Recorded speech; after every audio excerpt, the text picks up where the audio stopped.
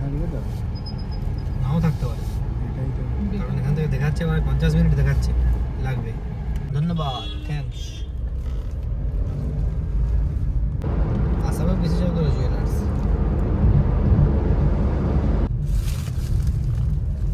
গাড়ি নিয়ে কোথাটুকু যাচ্ছি? গাইস, আমরা এখন এসে গেছি বশিষ্ঠ মুনির আশ্রমেতে। ওই দূরে সামনে দেখা যাচ্ছে, দেখো গেট, আর এটা বাস স্ট্যান্ড এখানে। গাইস, এই যে আশ্রম, আশ্রমের গেট, এই দেখো না, বশিষ্ঠ আশ্রম দেবালয়। জুতো খুলে দিয়ে সম্ভবত যেতে হবে এখানে।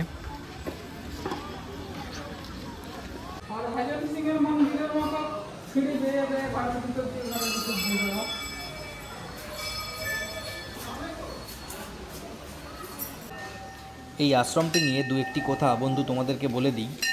গুয়াহাটিতে অবস্থিত এই আশ্রমটি খুব পবিত্র এবং ঐতিহাসিক স্থান। এটা হলো বশিষ্ঠ মুনির আশ্রম। বশিষ্ঠ মুনি হলো সপ্ত ঋষির একটা ঋষি। এই স্থানটি 3টি জলধারার মিলনস্থল। 3টি জলধারার নাম হলো সন্ধ্যা, ললিতা ও কান্তা নদী। আসলে এই 3টি নদীর নাম বশিষ্ঠ মুনির 3 পত্নীর নাম অনুসারেই করা হয়েছে।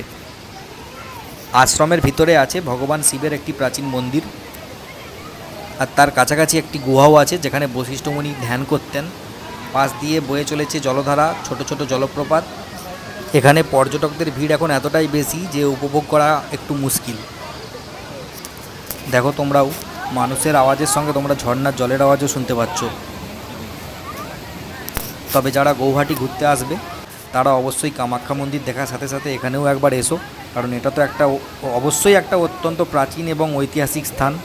মানুষ হয়তো এখানে একটু বেশি এখন আসছে।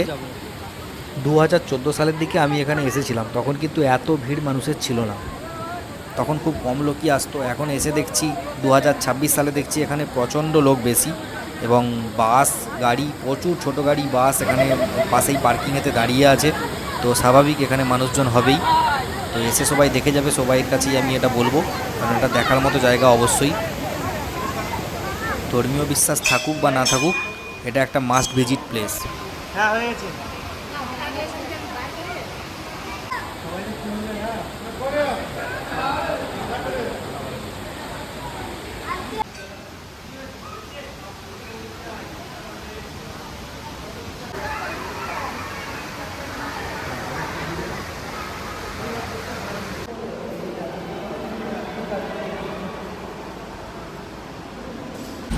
তো গাইস, আমাদের গুয়াহাটিতে যতটুকু দেখা সম্ভব আমরা আজকে দেখে নিয়েছি। এটাই আমাদের লাস্ট নাইট ছিল গুয়াহাটিতে।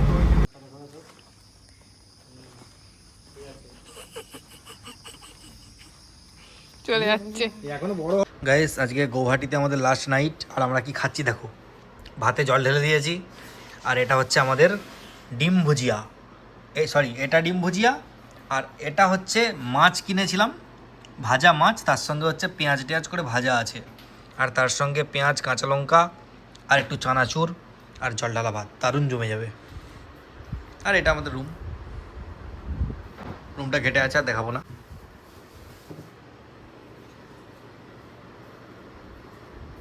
তো guys, this is our resort. এখানেই আমরা গতকাল থেকে আছি। গতকাল রাত্রেবেলা আমরা এখানে প্রায় রাত্রি 2টোর সময় এখানে এসেছিলাম। তারপরে তো তোমাদেরকে দেখালাম কি হয়েছিল এখানে, কিভাবে হ্যারাসমেন্ট হয়েছিলাম আমরা। এভাবে মানে হ্যারাসমেন্ট কোনো দিন ভাবতে পারিনি, এরকম করে রাত্রেবেলা এসে হ্যারাসমেন্ট হবো।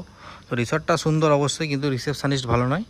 নেশা করে ড্রিঙ্ক করে বসেছিল, কোনো কথাই বলছিল না, উত্তর দিচ্ছিল না যেটা জিজ্ঞাসা করছি, কোনো লোকেশান বলছিল না, কিছু বলছিল না।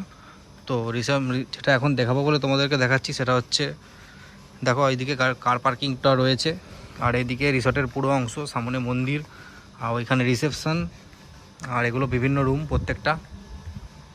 ওইদিকেও রুম আছে, পার্কিং আছে। আমরা এখন আছি ওইটাতে, ওর ভিতরে 2টো রুম আছে, ওইখানে আছি। আর গতকাল আমাদেরকে এদিকে রুম দিয়েছিল, যেটা আমাদের বুকিং ছিল না, আমাদের এসি রুম বুকিং ছিল, কিন্তু আমাদেরকে নন এসি দিচ্ছিলো এবং ইউজড করা রুম দিচ্ছিলো, এবং অ্যালাউ করছিল না, গেট খুলছিল না, অনেক রকম হ্যারাসমেন্ট করছিল। তো এটাই সেই রিসর্ট, এটা ওয়ের রিসর্ট। ওয়ের থেকে আমি অনলাইনে বুক করেছিলাম। তো যাই হোক, রিসর্টটা দেখালাম, রিসর্টটা খারাপ নয়, রুমগুলোও ভালো।